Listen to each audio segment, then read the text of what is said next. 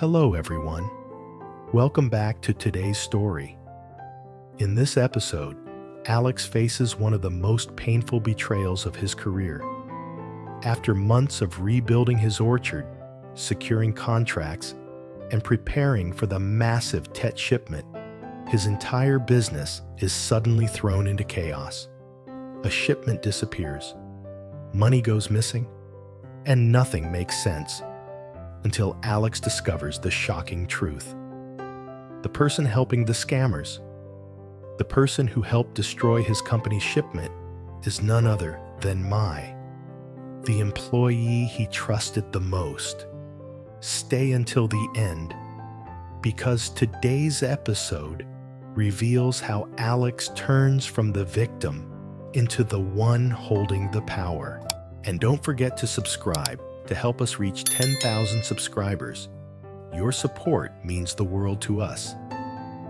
The 10-year-old pomelo orchard glows like a sea of gold under the late morning sun. Rows stretch all the way to the edge of the foothills, every tree heavy with fruit waiting for Tet. The air is thick with heat, dust, and the faint sweetness of ripening citrus. When Alex steps down from the dust-covered car, his leather shoes are instantly painted red by the soil. He takes a deep breath, trying to steady the tight knot pulling in his chest. Between the rows, Ms. Lon stands with a tape measure hooked over one shoulder, a notebook in her hand, hair pulled back tightly from sweating through the morning. The sour, spicy scent of the kimchi she had with breakfast still lingers faintly. She has been waiting. "Let's take a look," she says, without preamble. They walk down the narrow orchard path, sunlight cutting sharp lines between the leaves. Every pomelo seems to glow when the light touches it. Fat, round, vibrant. But the closer they look, the more imperfections they see. A bruise here, a mark there, a fruit shaped slightly off, a surface not shiny enough. When they reach the heart of the orchard, Ms. Lan finally speaks. "About 6,000 meet Adam's standard," she reports. "The remaining fruits we'll have to discard." She says it evenly, but Alex senses the worry behind her tone. Discarding fruit means losing money. Losing money means losing time. And time is something they absolutely do not have. Alex bends down to pick up a smaller pomelo fallen on the ground. He rolls it in his palms and shakes his head with a heavy sigh. Adam's supermarkets demand perfect appearance, glossy skin, no shape irregularities, no discoloration. If one box is off, the whole shipment gets rejected. We have to be exact. Ms. Lan nods. "That's why we need to sort today. His trucks will arrive in 3 days. If we don't move fast enough, the entire plan collapses." They discuss the 3 billion VND collected from buyers, the 1 billion still owed, the need to rotate capital quickly before the Tet rush. Everything feels urgent. Everything feels fragile. But beneath the surface of their conversation, something else is brewing. Something neither of them has spoken aloud yet. Something that has been eating at Alex for days. The hot wind gusts suddenly, rustling the leaves like whispers. Whispers of secrets that have been lurking in the shadows too long. Alex wipes sweat from his forehead with the back of his hand. As he stares across the glittering orchard, his jaw clenches. The beauty of the fruit means nothing when betrayal is hanging over his head like a storm cloud ready to burst. And at the center of that betrayal is Mai. Inside a small tea room across town, the atmosphere is nearly the opposite. Dim amber light, no wind, no orchard rustling, just thick, heavy silence. Alex sits motionless at a wooden table, fingers locked around an untouched glass of water. In front of him is the private detective he hired, a serious man with a calm, grounded voice that sounds like dark soil. The detective pushes a printed photo toward him. The girl in this photo works directly with Min's company. I'm 100% certain. Alex doesn't react at first.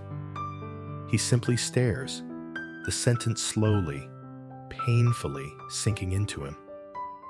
The detective continues to speak, but his voice becomes distant, like an echo bouncing inside a hollow tunnel. He remembers showing this exact photo to Min 2 weeks ago. Min looked him straight in the eyes, said he didn't know the person, smiled, lied. Something inside Alex breaks. His heartbeat thuds loudly in his ears as the detective adds, "Today's scammers are extremely sophisticated. Don't trust anyone too much, no matter how friendly they seem." Alex nods without speaking, but inside him, a storm has already risen. Cold, sharp, unforgiving. He breathes heavily through his nose, then stands, pushing the chair back. The light casts an elongated shadow behind him, almost twice his height, like a man ready to step into a battlefield he can't walk away from. No more hesitation, no more excuses, no more waiting. He will uncover everything. He will expose everyone. And Mai, no matter how innocent she pretends to be, will not escape this time. Back at the orchard, workers laugh and chat while sorting fruits, unaware of the danger creeping through the orchard like a quiet shadow. The Tet harvest atmosphere feels cheerful, but it's only a disguise. Mai arrives, wearing her usual bright smile, walking alongside the visiting partner inspecting the orchard. She tells him proudly about negotiating a 30% deposit reduction, acting like she is doing Alex a great favor. The man, eyes half closed from lack of sleep, praises the orchard. "Beautiful fruits," he says, examining one. "These will sell well." But before Mai can respond, her phone vibrates in her pocket. Her smile falters. Her breath stops. Her hand trembles as she answers. "He's suspicious. He almost found out," she whispers into the phone, barely audible. Panic flashes across her face. She ends the call quickly, almost too quickly, like she fears even the sunlight might hear her. Then, astonishingly, she turns around and smiles again, bright and innocent, as if nothing happened. She hands the orchard owner a slip of paper. "Here, On, this is the garden number. Pay the deposit today. Everything will go smoothly." As soon as he's gone, disappearing behind the fruit trees, Mai dials another number with shaky hands. "He was just here," she whispers. "We almost got caught." The words fall like poison into the quiet orchard air. The sunlight remains golden. The trees remain beautiful. But beneath their shining leaves, darkness coils itself around every fruit, ready to strike. Late afternoon falls across the vegetable garden like a warm blanket. Rows of greens sway gently as Tuna tends to them, humming softly. Her hands are stained with dirt, her sleeves rolled up, her hat tilted to shade her eyes. She feels safe here, calm, peaceful. But that peace tears apart the moment she senses someone behind her. She turns sharply. Min stands in the shadow of a tall tamarind tree. His expression is hard, colder than she's ever seen it. He doesn't greet her. He doesn't smile. He gets straight to the point. Alex's secretary overheard our conversation at the warehouse. He says in a low voice, "Stop everything, immediately." Tuna freezes. Her heart stops. The color drains from her face. Min steps closer, voice colder. The bait was too tempting. We moved too fast. Now he's suspicious. Wait for my signal. Don't contact anyone. She grips a weed in her hand so tightly the stem snaps. Her breathing quickens. Fear crawls over her skin like cold rain. When Min turns to leave, she remains frozen, staring at the soil beneath her feet as if it might swallow her whole. Far in the distance, she sees the farmhouse where little Henry waits for her. And she wonders, how much longer can she hide this? How much longer before everything collapses? Because Alex is close, closer than she knows. And when he uncovers the truth, the person who will fall hardest might not be Mai at all. The next morning arrives with a strange heaviness, the kind that presses down on your shoulders long before you even open your eyes. Alex wakes up after barely 2 hours of sleep. His head aches. His mind is sharp, too sharp. He sees every detail of the last month as if someone is replaying them frame by frame inside his skull. The suspicious deposit reductions, the missing documents, the conveniently timed phone calls, the absolute disappearance of his shipment, and most importantly, Mai's smile. A smile that now looks like a mask made of porcelain. A smile that hid a knife meant for his company's throat. He sits on the edge of his bed, elbows on his knees, hands gripping his hair as he breathes deeply to steady himself. Today, he tells himself, is the day everything comes into the light. No more shadows. No more pretending. He stands, splashes water on his face, and looks at his reflection. His eyes look older, sharper. The eyes of someone who's about to break something before it breaks him. The office is quiet when he arrives. The early morning sun hasn't yet warmed the windows, leaving the room dim and cool. Alex switches on the lights and begins laying out documents across the desk. Proof, connections, patterns that build a story so clear even a stranger could follow it. Bank statements, call logs, warehouse entry reports, the detective's printed notes, screenshots of Mai's encrypted messages, the internal schedule she sent out to the wrong person at the exact right moment, and something much worse, a transfer of money into an account linked directly to the middleman who stole his shipment. Ms. Lon enters as Alex is sorting through the evidence. She studies his tense shoulders and the papers spread across the desk. "You found something," she says quietly. "I found everything," Alex replies without looking up. She sits across from him, silent for a moment, watching the way his hands tremble, not from fear, but from fury. "Show me," she says. He hands her the first set of documents. As she reads, her eyes widen. "Mai," her voice cracks. "She did this?" Alex nods once. "But why? What could possibly push her to ruin her own company?" "Money," Alex says flatly. "It always starts with money." Ms. Lon shakes her head slowly, disbelief heavy in her expression. "She always seems so hardworking, so innocent."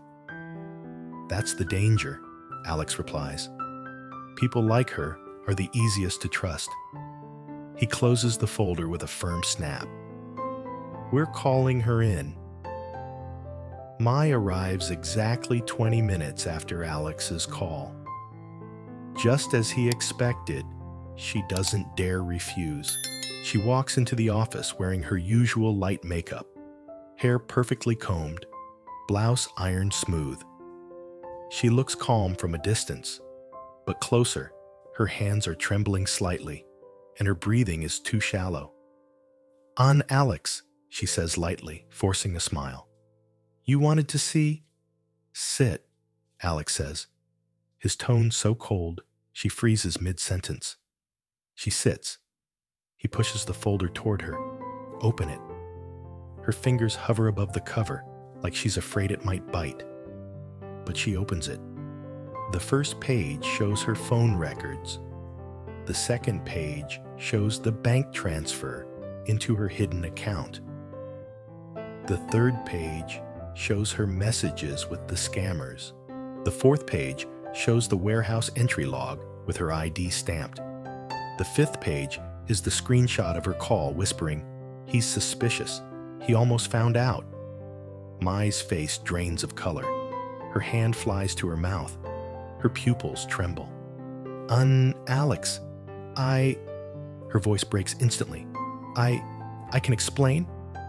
"You don't need to explain," he cuts in sharply. "You need to tell the truth."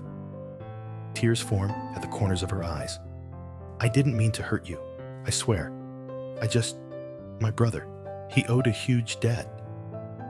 They threatened him.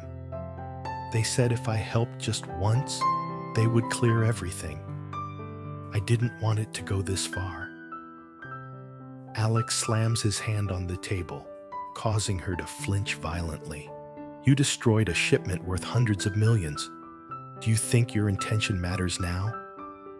Mai sobs harder, her voice shaking beyond control. "Please, on Alex. I beg you. I'll work for free. I'll pay you back little by little. Don't turn me in. I still have my mother. She can't handle losing me. I'll do anything. Please, please forgive me." Alex watches her crumble, but his eyes remain emotionless, cold as steel. "You had a choice," he says, "and you chose betrayal." She collapses onto the desk, crying uncontrollably. But the moment is broken by a firm knock on the office door. 2 police officers enter. Mai gasps so sharply she chokes. Her whole body stiffens. No, please. "And Alex, please don't do this." The officers step beside her calmly. "Mai, you are under arrest for participating in financial fraud, aiding criminals, and the intentional sabotage of company assets." They take her by the arms, lifting her from the chair. She struggles, sobbing harder. "Please, Alex, I'm begging you. Don't ruin my life. Please, please." But Alex doesn't move. He doesn't speak. He doesn't blink. He watches her until the door closes behind the officers. Then he finally exhales, a long, shaking breath, like poison leaving his chest. Ms. Lon enters moments later. "It's done?" she asks softly. Alex nods. His voice is barely above a whisper. "It's done." Ms. Lon rests a hand on his shoulder. "You protected the company. You protected everyone depending on it. You made the right decision." Alex tries to believe that. He tries to convince himself. But inside him, another storm has already begun, because Mai wasn't working alone. That afternoon, Alex receives one more report from the detective, a message that stops him mid-step. The detective has traced the scam's mastermind, not just the scammers, not just the middleman, but the person who orchestrated everything from the shadows. Min, the same Min who smiled at Alex, wished him success, pretended to care, pretended to be a friend. But the report goes deeper, much deeper. Min didn't just manipulate Mai. He manipulated multiple employees across several companies. He had a system, a method, a strategy to steal shipments, then sell them under a different brand before the owners even knew what happened. Alex reads every detail with a tightening chest. Mai wasn't the root. She was one branch. The real enemy is Min. Cold, calculated, unapologetically clever. Alex folds the final page slowly. His jaw hardens. "I'm coming for you next," he whispers. The sun is setting when Alex walks through the orchard again. Workers pass by him, greeting him warmly, unaware of the storm that is building silently within their boss. The pomelos glow under the fading light, each one reflecting the quiet determination settling into Alex's bones.